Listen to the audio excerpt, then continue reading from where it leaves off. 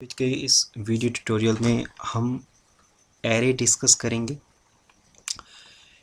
Array basically आपके सी language के अंदर एक तरह के वेरिएबल्स होते हैं जिनमें आप डिफरेंट तरह की वैल्यूज़ को स्टोर कर सकते हो। सिमिलर टू वेरिएबल, एरेज आपके पास डिफरेंट तरह के डेटा टाइप्स में स्पेसिफाई किए जा सकते हैं। जैसे आपके पास इंटीजर टाइप एरे हो सकते हैं, फ्लोट टाइप हो सकते हैं, कैर टाइप हो सकते हैं, लॉन्ग डबल टाइप हो सकते हैं। किसी भी तरह के डेटा आइटम जो आपके डेटा टाइप्स सी लैंग्वेज के अंदर स्पेसिफाई किए गए हैं, उन्हीं डेटा टाइप्स के बेसिस पे आप अलग अलग तरह के एरेज डिफाइन कर सकते हो। अगर आप एक एरे की डेफिनेशन के तौर पे कहा जाए तो एरे आपके collection of similar data items होते हैं जो आपकी कंप्यूटर की मेमोरी में एक कंटीजियस मेमोरी लोकेशंस के ऊपर स्टोर किए जाते हैं और हर एक जो आपका डेटा आइटम होता है उसको आपके एरे के अंदर एलिमेंट कहा जाता है। अब आपके पास जो एरे हैं, जैसे मैंने पहले कहा कि आपके पास एरे जो होते हैं ये एक तरह के आपके वेरिएबल्स होते हैं। अब आप अपने सी लैंग्वेज के अंदर पहले भी वेरिएबल्स पढ़ चुके हो, तो जब आपके पास ऑलरेडी एक वेरिएबल्स थे तो आपको एरे की रिक्वायरमेंट क्यों पड़ी? जब आप एक तरह का सी लैंग्वेज बनाते हो तो उसमें आप जब भी किसी तरह की डेटा वैल्यूज़ को स्टोर करना चाहते हो तो उसके लिए हम वेरिएबल्स का यूज़ करते हैं। वेरिएबल बेसिकली आपके कंप्यूटर की मेमोरी लोकेशन के नाम होते हैं। मगर अगर आपके प्रोग्राम की रिक्वायरमेंट कुछ इस तरह से हो जहाँ पे आपको एक बहुत ही लार्ज वॉल्यूम ऑफ डेटा के साथ वर्क करना है, तो वहाँ पे आप वेरिएबल्स का यूज़ इतनी ईजिली नहीं कर सकते हो। जैसे सपोज़ आपके पास एक लिस्ट क्रिएट करना चाहते हो आप नंबर ऑफ़ स्टूडेंट्स की, जहाँ पे आपके पास जो स्टूडेंट्स हैं वो आपके पास अप्रॉक्सीमेटली 1000 है।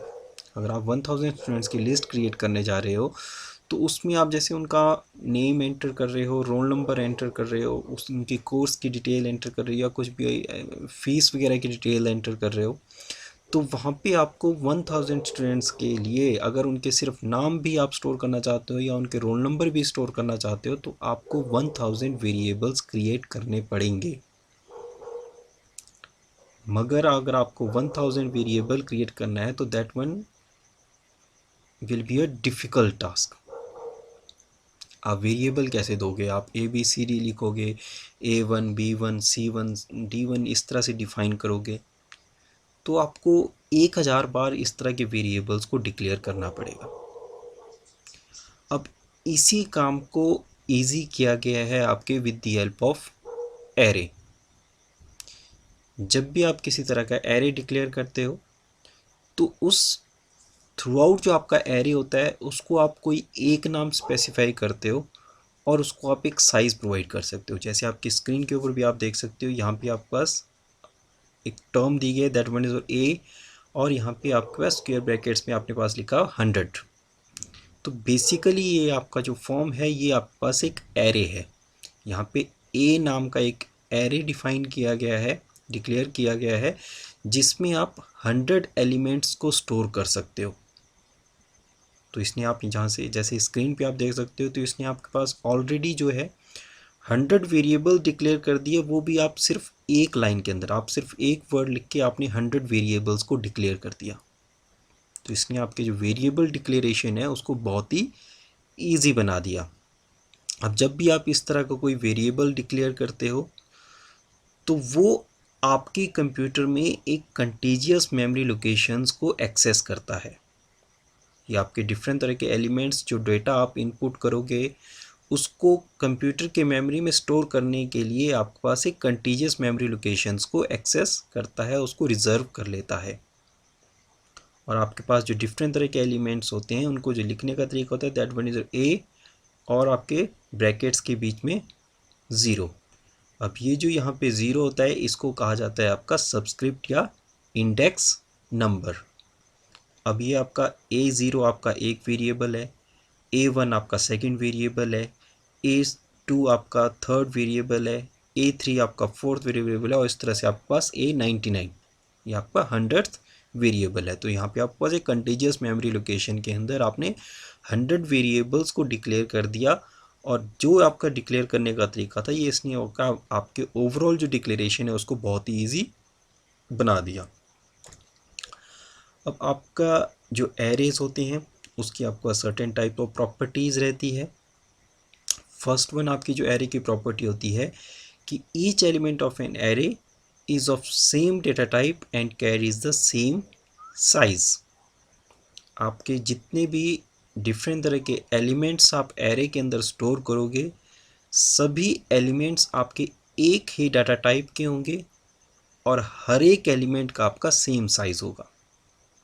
जैसे लास्ट केस में हमने यहाँ पे ये एक एरे डिक्लेयर किया। सपोज ये आपके पास जो एरे है वो आपके पास इंटीजर टाइप है, तो आपके पास ये जितने भी डिफरेंट तरह के मेमोरी लोकेशंस हैं आपके एरे के अंदर, इस हर एक एलिमेंट के अंदर आप जो डेटा टाइप स्टोर करोगे वो आपका इंटीजर टाइप ही होगा।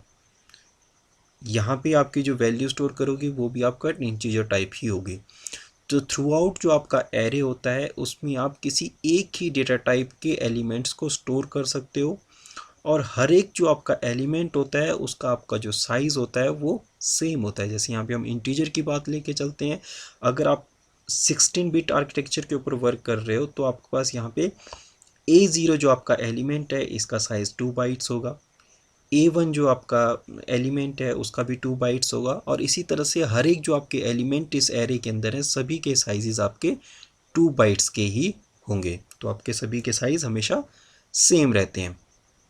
सेकंड वन जो प्रॉपर्टी होती है कि आपके एरे के जितने भी एलिमेंट्स होते हैं सभी कंटीजियस मेमोरी लोकेशन के अंदर सेव होते हैं। जहाँ पे आपका जो फर्स्ट एलिमेंट स्टोर होता है वो आपका सबसे स्मॉलेस्ट मेमोरी लोकेशन होता है, जैसे ये आपके डायग्राम के अंदर भी दिखाया गया है। अगर सपोज ये आपका जो A0 एलिमेंट है इसका जो आपका मेमोरी एड्रेस है दैट वन इज 1000, तो ये आपका जो फर्स्ट एलिमेंट होता है सबसे लोएस्ट मेमोरी लोकेशन के ऊपर स्टोर होगा। ये आपका अगर 1000 है और आपके पास जो एरिया वो इंटीजर टाइप है, तो आपका A1 जो वेरिएबल होगा इसका एड्रेस होगा आपके पास 1002, A2 जो वेरिएबल है इसका एड्रेस होगा 1004, देन 1006, 1008, 1010 एंड सो ऑन। तो आपके पास सभी एलिमेंट एक कंटीजियस मेमोरी लोकेशन के अंदर सेव होंगे। अब थर्ड प्रॉपर्टी आपकी कहती है कि आपके पास जो एरे के डिफरेंट तरह के एलिमेंट्स होते हैं उनको आप रैंडमली एक्सेस कर सकते हो, क्योंकि हम जो आपके डिफरेंट तरह के एलिमेंट्स होते हैं उनके जो एड्रेसेस हैं with the help of their base address हम उसको कैलकुलेट कर सकते हैं। अब आपके पास ये डिफरेंट एलिमेंट्स हैं उनको एरे के अंदर आप रैंडमली एक्सेस कर सकते हो, क्योंकि हमारे पास यहाँ पे हर एक एलिमेंट का जो मेमोरी लोकेशन होता है वो ईज़िली कैलकुलेट किया जा सकता है। हमें हमेशा एरे के सिर्फ फर्स्ट एड्रेस को एक्सेस करना होता है। जैसे आपके पास ये A0 जो एलिमेंट है हमने इसमें बात की थी कि सपोज इसका जो एड्रेस है दैट वन इज 1000, तो अगर आपको कैलकुलेट करना है कि आपका जो A5 एलिमेंट है इसका एड्रेस क्या है, तो उसके लिए आपको क्या है, सिंपली आपके जो एड्रेसेस हैं इसके अंदर आपको 5 ऐड करना है। अगर आप ब्लॉक वाइज लोगे तो आप 5 ऐड करोगे, अगर आप एड्रेस वाइज करोगे तो उसमें आपको 10 करना है, क्योंकि हर एक जो आपका एलिमेंट है वो आपके पास 2 बाइट्स का है। तो हम यहाँ पे कैलकुलेट कर सकते हैं कि आपके पास जो A5 एलिमेंट बनेगा इसका आपका एड्रेस क्या होगा, जो ईजिली कैलकुलेट किया जा सकता है, क्योंकि यहाँ पे आपके पास फर्स्ट एड्रेस मालूम है और हर एक जो आपका डेटा एलिमेंट है आपके एरे के अंदर उसका साइज़ भी आपको पता है कि वो कितना साइज़ आपका एक्सेस कर रहा है। तो यहाँ पे आपके डेटा को ईजिली रैंडमली एक्सेस किया जा सकता है। नेक्स्ट आपके आते हैं that one is your advantages of arrays. अब जब भी हम अपने प्रोग्राम के अंदर एरे यूज़ करते हैं तो उसके एडवांटेजेस आपके पास क्या रहते हैं। Number 1, code optimisation. आप अपने प्रोग्राम के अंदर बहुत ही lesser number of codes type करके ईजिली डेटा को एक्सेस कर सकते हो। जैसे हमने लास्ट टाइम देखा, अगर आप सिर्फ एक वेरिएबल की बात ही लेते हो कि अगर आपको अपने प्रोग्राम के अंदर वेरिएबल्स को डिक्लेयर करना है, जहाँ पे आपको पहले अगर 100 आइटम्स के लिए आपको एक लिस्ट क्रिएट करनी है, तो उसके लिए जहाँ आपको 100 वेरिएबल्स को क्रिएट करना था, यहाँ पे आप एक सिर्फ एक सिंगल एरे डिक्लेयर करके आप 100 आइटम्स के लिए वेरिएबल्स डिक्लेयर कर रहे हो। आपने 100 वेरिएबल्स को सिर्फ एक एरे के अंदर डिक्लेयर कर दिया। तो इस तरह से आपके पास जो ओवरऑल प्रोग्रामिंग की कोड्स होते हैं वो काफ़ी लेसर हो जाते हैं। सेकंड, जब भी आपको अपने एरे के एलिमेंट्स को एक्सेस करना होता है, तो एरे के केस में उन डेटा आइटम्स को, डेटा एलिमेंट्स को एक्सेस करना बहुत ही ईजी होता है। आप अपने सभी के सभी एलिमेंट्स को by using for loop easily access कर सकते हो। जैसे आपको 100 एरेज की हमने बात कर, 100 वेरिएबल्स की हम बात करते हैं, तो 100 वेरिएबल्स से अगर आपको किसी तरह की आउटपुट लेनी है, तो वहाँ पे आप easily using a for loop 100 elements को एक्सेस कर सकते हो बाय राइटिंग जस्ट 3 और 4 lines you are accessing your 100 elements. जब इसी काम को अगर आप सिंपल वेरिएबल के थ्रू करते, तो आपको 100 एलिमेंट्स को एक्सेस करने के लिए 100 टाइम्स किसी तरह के स्टेटमेंट्स को लिखना पड़ता। नेक्स्ट आपका फिर जब भी आप एरे यूज़ करते हो, तो इसमें आपको अपने एलिमेंट्स को सॉर्ट आउट करना काफ़ी ईजी हो जाता है।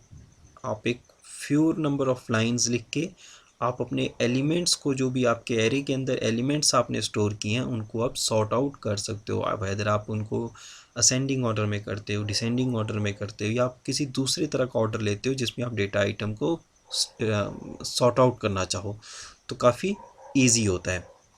एंड फोर्थ वन आपका रैंडम एक्सेस। जैसे हमने पहले भी डिस्कस किया कि एरे के अंदर आप एलिमेंट्स को रैंडमली कहीं से भी ईजिली एक्सेस कर सकते हो। आपको जस्ट वहाँ पे एलिमेंट का इंडेक्स नंबर प्रोवाइड करना है। जैसे आप इंडेक्स नंबर प्रोवाइड करोगे, वो आपके एलिमेंट्स को डायरेक्टली एक्सेस कर लेता है। नेक्स्ट आपके फिर डिसएडवांटेजेस ऑफ एरे। डिसएडवांटेजेस के केस में आपका जो एरे है उसका सिर्फ एक ही डिसएडवांटेज है कि इसका जो साइज़ होता है वो आपके पास एक फिक्स्ड अमाउंट का रहता है। जैसे हमने एग्जांपल के तौर पे पहले एक एरे डिफाइन किया था जिसमें आप 100 एलिमेंट्स स्टोर कर रहे हो, मगर जब आप अपना प्रोग्राम बनाते हो या आपका प्रोग्राम एग्जीक्यूट होता है, अगर उसकी जो रिक्वायरमेंट है मेमोरी लोकेशन के ऊपर, वो अगर 100 से एक्सीड कर जाती है, आप जब डेटा स्टोर कर रहे हो तो डाटा स्टोरिंग के टाइम पे आपके पास जो नंबर ऑफ़ एलिमेंट्स आते हैं वो 100 से ज़्यादा हो जाते हैं, तो वहाँ पे फिर आपके प्रोग्राम में प्रॉब्लम क्रिएट हो सकती है। क्योंकि आपके पास जो साइज़ अवेलेबल है, जो आपके पास मेमोरी लोकेशंस अवेलेबल हैं, वो सिर्फ 100 एलिमेंट्स को ही स्टोर कर सकती हैं, 100 एलिमेंट्स को ही एक्सेस कर सकती हैं। अगर आप 100 से ऊपर जाओगे तो वो फिर उनको स्टोर नहीं कर पाएगा। आपके जो एरेज हैं उसमें आपके पास सिर्फ यही एक तरह की डिसएडवांटेजेस रहती है। नेक्स्ट आपके पास फिर आता है टाइप्स ऑफ एरे। हम जो अपनी सी लैंग्वेज के अंदर एरेज यूज़ कर सकते हो, वो आपके बेस्ड अपॉन द सबस्क्रिप्ट 3 तरह के एरेज बनते हैं। एक आपके पास 1 डायमेंशनल एरे आता है, या जिसको 1D एरे कहा जाता है। सेकंड आपके पास 2 डायमेंशनल एरे आता है, या उसको 2D एरे कहा जाता है। और थर्ड वन आपके पास होता है मल्टी डायमेंशनल एरे। अब इसमें हम अपने फर्स्ट वन 1D एरे की बात करते हैं। जो आपके पास 1 डायमेंशनल एरे होता है, इसमें आप जब अपने एरे का साइज़ स्पेसिफाई करते हो, तो उसमें आप किसी भी एक ही तरह का सबस्क्रिप्ट यूज़ करते हो। अब जब भी हम एरे यूज़ करेंगे, तो लाइक वेरिएबल एरेज को भी हमें पहले यूज़ करने से पहले डिक्लेयर करना पड़ेगा, एंड डिक्लेयर करने के बाद हमें उसे किसी तरह से इनिशियलाइज करना पड़ेगा। जब भी आप एरे को डिक्लेयर करना चाहते हो, तो उसको डिक्लेयर करने का आपके पास जो तरीका रहता है, जो सिंटैक्स रहता है, वो आपके पास इस तरह का होता है। पहले आप डेटा टाइप स्पेसिफाई करोगे, जैसे हम वेरिएबल के केस में डेटा टाइप स्पेसिफाई करते हैं कि आप किस तरह का वेरिएबल ले रहे हो, integer type, float type, char type, long double type, unsigned, हर तरह का आप डेटा टाइप स्पेसिफाई करते हो। सिमिलरली यहाँ पे भी आपको डेटा टाइप स्पेसिफाई करना है कि आप किस डेटा टाइप का एरे बनाना चाहते हो। आफ्टर दैट आप एक एरे नेम प्रोवाइड करोगे। एरे नेम आपके पास यहाँ पे एक वैलिड सी लैंग्वेज आइडेंटिफायर होना चाहिए।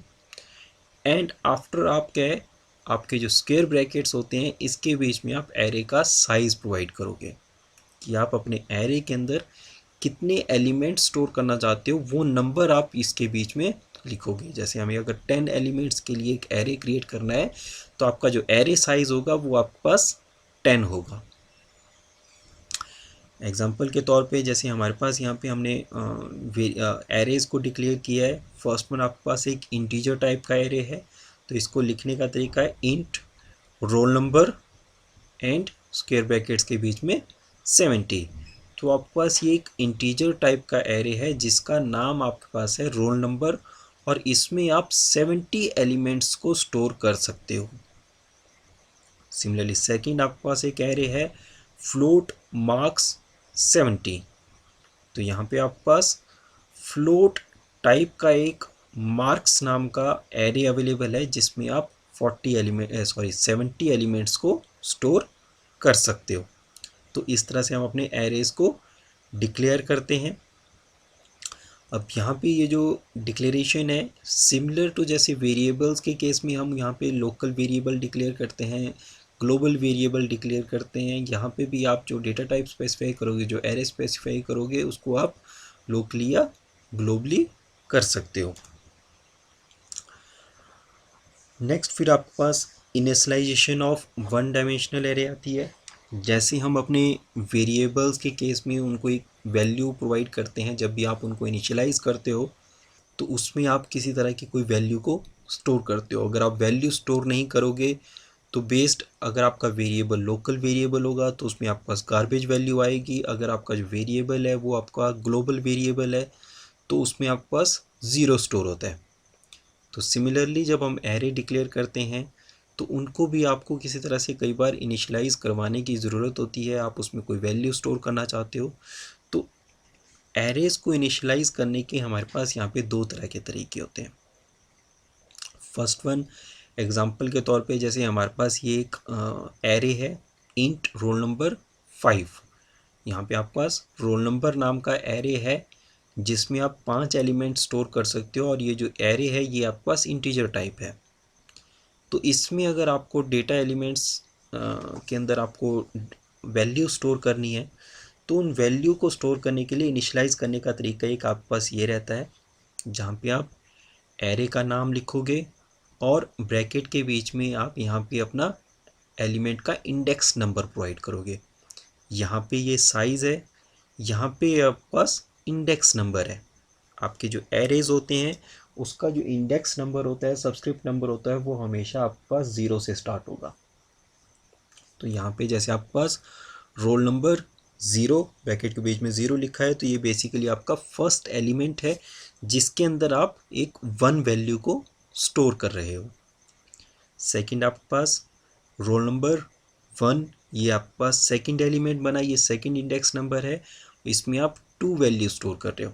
एंड इसी तरह से आपके पास रोल नंबर 2 में 3 स्टोर किया जा रहा है, रोल नंबर 3 में 4 स्टोर किया जा रहा है, और रोल नंबर 4 के अंदर आप 5 स्टोर कर रहे हो।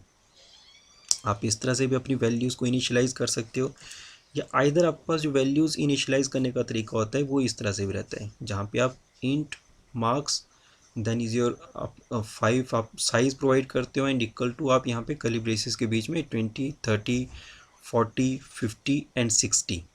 तो यहाँ पे आप पास 5 डेटा आइटम्स के लिए आपने जो एरे डिक्लेयर किया है वो उसके अंदर आप 5 वैल्यूज़ को स्टोर कर रहे हो। आप इस तरह से वैल्यूज़ को स्टोर करते हो।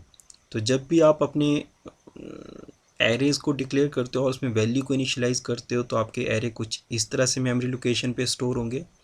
ये आपके पास मार्क्स 1 आपके पास फर्स्ट एलिमेंट है जिसमें आपने 20 स्टोर किया है, ये आपके पास मार्क्स 1 ये आपका सेकंड एलिमेंट है जिसमें आप 30 स्टोर कर रहे हो। ये आपके पास मार्क्स 2, ये आपके पास थर्ड एलिमेंट है जिसमें आप 40 स्टोर कर रहे हो एंड आपके पास 50 एंड 60। तो ये जितने भी आपके पास डिफरेंट तरह के एलिमेंट्स हैं ये आपके मेमोरी लोकेशन पे कंटीजियस मेमोरी लोकेशन के मेमोरीज़ के अंदर स्टोर होंगे। इसके अलावा अगर आप अपने एरेज़ को डिक्लेयर करते हो और डिक्लेयर करने के बाद हम क्या है, जब आप वैल्यूज़ को इनिशियलाइज़ कर रहे हो तो आप हर एक एलिमेंट के लिए वैल्यूज़ इनिशियलाइज़ नहीं करते हो। जैसे यहाँ पे आपके पास जो मार्क्स वेरिएबल है इसमें आप 5 एलिमेंट स्टोर कर सकते हो, मगर जब आपने वैल्यू को इनिशियलाइज़ किया है तो यहाँ पे आप जो वैल्यूज़ हैं वो सिर्फ 2 ही इनिशियलाइज़ करो, 20 एंड 30। तो उस केस में जब ये आपके पास एलिमेंट्स ये आपके एरे के अंदर स्टोर होंगे तो आपके पास जो 20 है ये आपका फर्स्ट मेमोरी लोकेशन पे स्टोर होगा, 30 आपका सेकंड मेमोरी लोकेशन पे स्टोर होगा। आफ्टर दैट आपकी जो बाकी के मेमोरी लोकेशंस आपके एरे के अंदर बच जाती है उसमें आपकी जो वैल्यू है वो 0 ऑटोमेटिकली ही इनिशियलाइज हो जाती है। नेक्स्ट जैसे हम प्रोग्राम में देख लेते हैं कि प्रोग्राम के थ्रू आप किस तरह से एरेज़ को यूज़ कर सकते हो। अपनी प्रोग्रामिंग के अंदर हम एरेज़ को किस तरह से यूज़ कर सकते हैं। अब यहाँ पे जैसे हम एग्जांपल के तौर पे फर्स्ट एक सिंपल सा प्रोग्राम लेके चलते हैं कि आप डिफरेंट तरह के जो एरे एलिमेंट्स होते हैं उनको कैसे प्रोसेस किया जाता है, कैसे उनको प्रोग्राम के अंदर इनपुट के लिए लिया जाएगा, कैसे उनको स्क्रीन के ऊपर डिस्प्ले करेंगे। तो सपोज ही में हम जो एरे लेते हैं वो हम 10 एलिमेंट्स के लिए लेंगे। 10 एलिमेंट्स का हम एरे लेते हैं जी, आप मतलब हम 10 एलिमेंट्स को इनपुट करेंगे और उसको 10 एलिमेंट को बाद में हम स्क्रीन के ऊपर डिस्प्ले करवाएंगे। तो अगर हम सिंपल वेरिएबल के साथ काम करते तो यहाँ पे आपको 10 एलिमेंट्स को जब आप अपने कंप्यूटर के मेमोरी के ऊपर स्टोर कर रहे हो तो उसके लिए आपको 10 डिफरेंट तरह के एलिमेंट वेरिएबल्स को आपको डिक्लेयर करना पड़ता।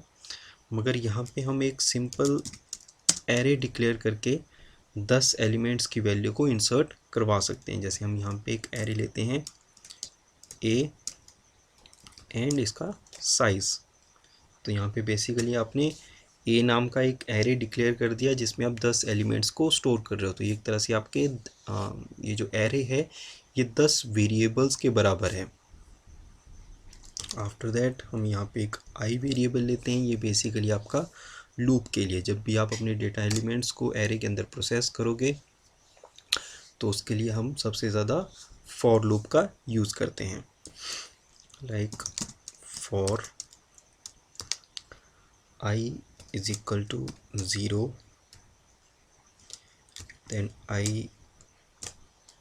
less than 10,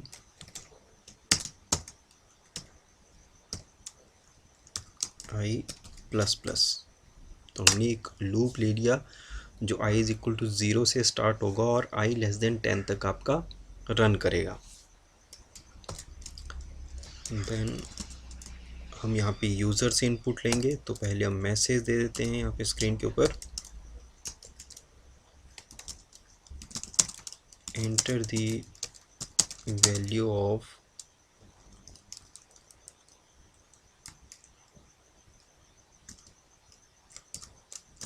array element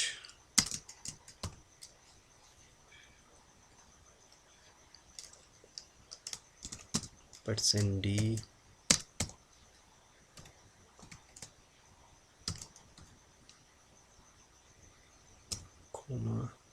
I.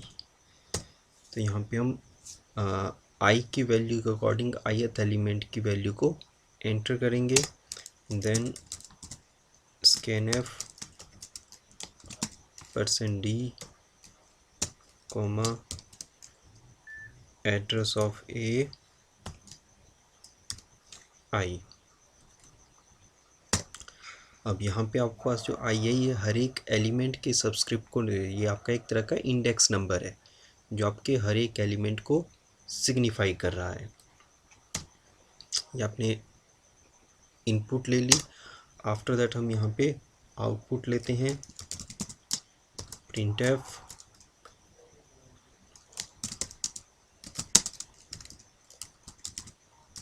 elements of the array are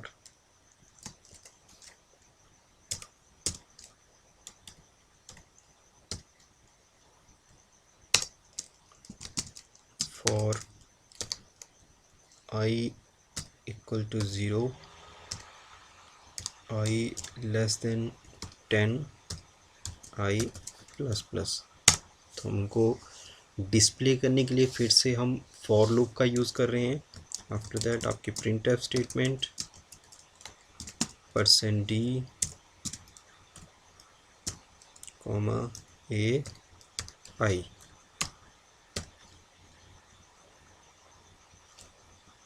that's it. अब इसको करते हैं हम रन लाइक दिस, जैसे आपके पास स्क्रीन के ऊपर आ रहा है। अब यहाँ पे आपके पास फर्स्ट आपका ये वाला ब्लॉक एग्जीक्यूट हुआ जहाँ पे आपको ये कह रहे हैं enter the value of a%d I। अब I की जो वैल्यू है, I को हमने यहाँ पे इनिशियलाइज किया आपके 0 से। तो आपका फर्स्ट एलिमेंट की वैल्यू कह रहा है A0 एलिमेंट की वैल्यू, सपोज हम यहाँ पे 12 करते हैं, प्रेस एंटर। आपका लूप फिर से चला, फिर से कंडीशन चेक की गई, कंडीशन सेटिस्फाई मिलती है, I इज इक्वल टू 1, तो ये लेस देन 10 है। तो आपका A1 एलिमेंट, अब हम इसकी वैल्यू इसी तरह से हम सभी एलिमेंट्स की वैल्यू करेंगे जब तक आपका फॉर लूप चलता रहेगा।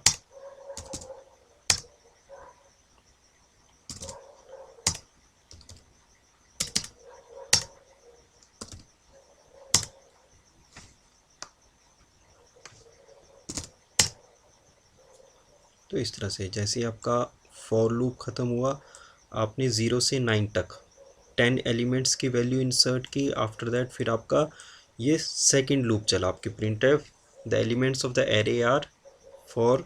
जैसे ही इसने आपका फॉर लूप चलाया तो ये क्या, आपकी हर एक एलिमेंट AI एलिमेंट एरे का, A0 एलिमेंट आपके पास 12 है, A1 एलिमेंट 34 है, A2 एलिमेंट आपका 65, देन 87। इस तरह से आपने ये सभी 10 एलिमेंट्स को स्क्रीन के ऊपर आउटपुट कर दिया। तो इस तरह से हम अपने प्रोग्राम के अंदर डिफरेंट तरह के जो एरेज होते हैं उसके डेटा को आप प्रोसेस कर सकते हो। एरे के थ्रू आप अपने एलिमेंट्स की वैल्यू को इंसर्ट करवा सकते हो, उसको स्क्रीन के ऊपर आउटपुट ले सकते हो। रेस्ट ऑफ द इसका जो वर्क रहेगा वो आपका सिमिलर वैसे ही होता है जैसे आपका वेरिएबल्स को आप यूज़ करते हो, मगर वेरिएबल की आप एक सर्टेन लिमिटेशन होती है कि जहाँ पे आपको एक लिमिटेड नंबर ऑफ़ वेरिएबल्स की रिक्वायरमेंट है तो वहाँ पे आप खुद से वेरिएबल डिक्लेयर कर सकते हो। मगर जब आपको एक लार्ज वॉल्यूम ऑफ डेटा के साथ वर्क करना है, बहुत ज़्यादा वेरिएबल्स को डिक्लेयर करना है, तो वहाँ पे वो चीज़ डिफ़िकल्ट हो जाती है। तो वहाँ पे फिर हम यूज़ करते हैं आपके एरेज़ को। अब इसी के बेसिस पे हम एक और प्रोग्राम एग्जांपल देख लेते हैं। यहाँ पे हम एक प्रोग्राम डिज़ाइन करेंगे जिसमें हम एक एरे बनाएंगे। एरे के अंदर हम कुछ एक वैल्यूज़ को इनिशियलाइज़ करवाएंगे। अब हमें उस एरे से मैक्सिमम और मिनिमम उन वैल्यूज़ को फाइंड आउट करना है कि आपकी मैक्सिमम वैल्यू एरे के अंदर क्या है और मिनिमम वैल्यू आपने क्या स्टोर की है। उसके लिए हम पहले वेरिएबल डिक्लेयर करते हैं I J and array declare करते हैं। सपोज ये आपके पास 10 साइज़ का है। अब इसमें हम वैल्यूज़ को इनिशियलाइज़ करवा लेते हैं, जैसे 3, 5, 7, 2, 9।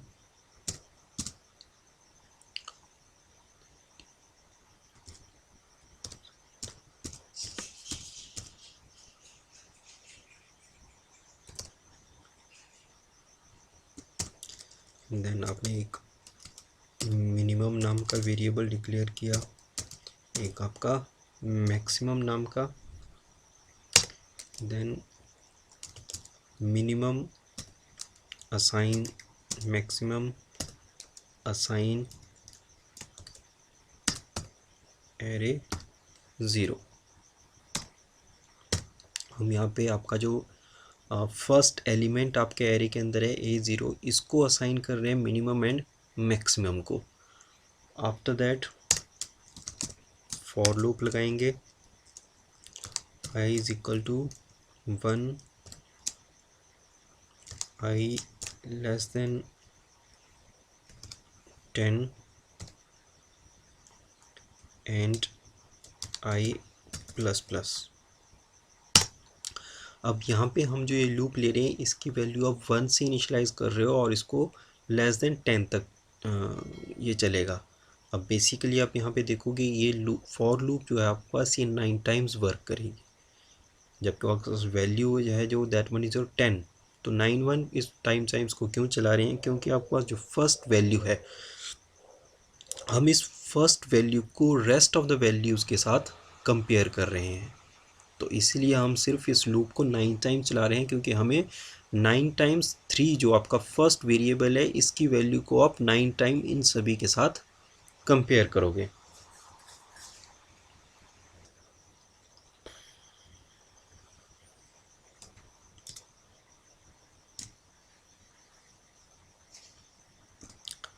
अब नेक्स्ट जो आपके पास आता है that one is your 1D array and function. हम जो एरे डिक्लेयर करते हैं, यूज़ करते हैं, डिज़ाइन करते हैं, उनको आप फंक्शंस के साथ भी अपने प्रोग्राम में यूज़ कर सकते हो। जैसे हम डिफरेंट तरह की वेरिएबल्स की वैल्यू को फंक्शंस में सेंड करते थे, जो आपकी आर्गुमेंट पासिंग टेक्निक्स थी, जिसमें आपकी जो वैल्यूज़ है वो pass by value either pass by reference हम यूज़ करते थे। तो वहाँ पे हम क्या है, जो आपके वेरिएबल्स आपने प्रोग्राम के अंदर डिक्लेयर किए हैं उनमें जो वैल्यू आपकी इनिशियलाइज्ड है, जब भी आप फंक्शन को कॉल करते थे तो उन वेरिएबल्स की वैल्यू को हम अपने फंक्शन को सेंड करते थे। सिमिलरली जब आप एरेज डिज़ाइन करते हो तो आपके एरेज के अंदर आप जो वैल्यू को स्टोर करते हो उनको भी आप फंक्शन को सेंड कर सकते हो। अब यहाँ पे ये जो फंक्शंस को आप वैल्यू सेंड करते हो तो एरेज के केस में ये दो तरह की होती हैं। आइदर आप सिंगल एलिमेंट्स की वैल्यू को सेंड कर सकते हो अपने फंक्शन को, या आइदर अपना आप पूरा एरे आपके एरे के अंदर जितनी भी वैल्यूज़ आपने स्टोर की हैं उन सभी को एक ही बार में आप सेंड कर सकते हो। अब यहाँ पे आपके पास जो फर्स्ट टाइप है that one is passing individual array elements to a function. यहाँ पे हम फंक्शन को, आपके पास जो एरे अवेलेबल है उसमें कोई एक इंडिविजुअल एलिमेंट की वैल्यू को सेंड कर रहे हो। तो यहाँ पे जैसे हम आपके सेम प्रोग्राम की तरह आपका एक एरे डिक्लेयर करते हो जिसकी वैल्यू आपके पास 10 साइज़ का है, और आपने एक आई वेरिएबल डिक्लेयर किया। आफ्टर दैट आप एंटर द एरे एलिमेंट्स कर रहे हो। आपके जो एरे के एलिमेंट्स हैं आप उनकी इनपुट ले रहे हो। उसके लिए आपने एक फॉर लूप लगाई, आपकी फॉर लूप चली, आपने यहाँ पे वैल्यू को पुट किया। अब जैसे आप वैल्यू इंसर्ट करते हो उसके बाद यहाँ पे आपके पास एक फंक्शन वर्क करता है दैट मीन चेक ए आई। यहाँ पे चेक नाम का एक फंक्शन है, उसको कॉल किया जा रहा है, और उसमें आप जो वैल्यू सेंड करते हो वो कर रहे हो आप ए आई एलिमेंट की। आई की जो यहाँ पे वैल्यू होगी उसका यहाँ पे हम इंडेक्स नंबर यूज़ कर रहे हैं, और उस इंडेक्स नंबर के अकॉर्डिंग आप एक वैल्यू को सेंड कर रहे हो टूवर्ड्स योर चेक फंक्शन। तो जैसे यहाँ पे आपके पास आई की वैल्यू 0 होगी तो यहाँ पे हम A0 एलिमेंट, आपका जो A0 element of your array है उसको आप सेंड कर रहे हो अपने चेक फंक्शन के ऊपर। वो चेक फंक्शन आपका यहाँ पे आएगा, आपने बनाया है यहाँ पे void check int num। तो यहाँ पे आपने इस चेक फंक्शन के अंदर जो num नाम का वेरिएबल डिक्लेयर किया है वहाँ पे आप इस एलिमेंट की वैल्यू को इस num के अंदर स्टोर कर रहे हो। तो इस तरह से जब आप वैल्यूज़ को स्टोर करते हो बाय वन एलिमेंट तो उसको कहा जाता है आपका passing individual array elements to a function. Second आता है जहाँ पे आपका जो होल एरे है आप उसको किसी फंक्शन को सेंड करते हो। सर्टेन टाइम्स पे आपकी इस तरह की रिक्वायरमेंट रहती है कि आप जो भी आपके पास एक फंक्शन अवेलेबल है उसको आप अपने एरे के हर एक एलिमेंट्स को प्रोवाइड करना चाहते हो। तो उसको लिखने का आपके पास यहाँ पे तरीका रहता है कि उसको आप क्या करते हो, तो जब भी आपको आपका होल एरे पूरे के पूरे एरे एलिमेंट्स को आपको किसी फंक्शन को सेंड करना होता है तो वहाँ पे हम डायरेक्टली अपने एरे का नेम प्रोवाइड करते हैं। जैसे यहाँ पे हम जैसे SQ नाम का एरे यहाँ पे आप कॉल कर रहे हो, तो यहाँ पे आपने जो आपका एरे का नेम था दैट मीन्स योर ए, आपने सिर्फ यहाँ पे एरे का नेम लिखना है, आपके एरे का आप साइज़ नहीं लिखोगे। ये जो आपके ब्रैकेट्स के बीच में आप साइज़ लिखते हो, इसका आप यूज़ नहीं करोगे। आप सिंपली अपने फंक्शन का नाम दोगे और आपके पैरेंथेसिस के बीच में आप अपने एरे का नाम लिखोगे। तो इस तरह से आप अपने एरे एलिमेंट्स को अपने फंक्शन को सेंड करने जा रहे हो, और जहाँ पे आप इन वैल्यूज़ को स्टोर करना चाहते हो वहाँ पे आप सिंपली जब एक एरे डिक्लेयर करोगे तो उस एरे के अंदर आप किसी तरह का साइज़ स्पेसिफाई नहीं कर रहे हो। तो ये आपका जो एरे का साइज़ है वो उसी अकॉर्डिंग एडजस्ट कर लेगा जिस साइज़ का आपके पास यहाँ पे ये वाला एरे होगा। तो इस तरह से आप अपने एरे की हर एक वैल्यू को, या अपने थ्रू आउट जो आपका होल एरे है उसको आप किसी फंक्शन को वैल्यू को सेंड कर सकते हो। अब हम अपने नेक्स्ट वीडियो में करेंगे हम 2 डायमेंशनल एरे। अगर इस वीडियो से रिगार्डिंग आपके पास किसी तरह का क्वेश्चन होगा तो आप अपने कमेंट सेक्शन में अपने क्वेश्चंस को छोड़ सकते हो। मैं आपके क्वेश्चंस को आंसर करने की कोशिश करूँगा।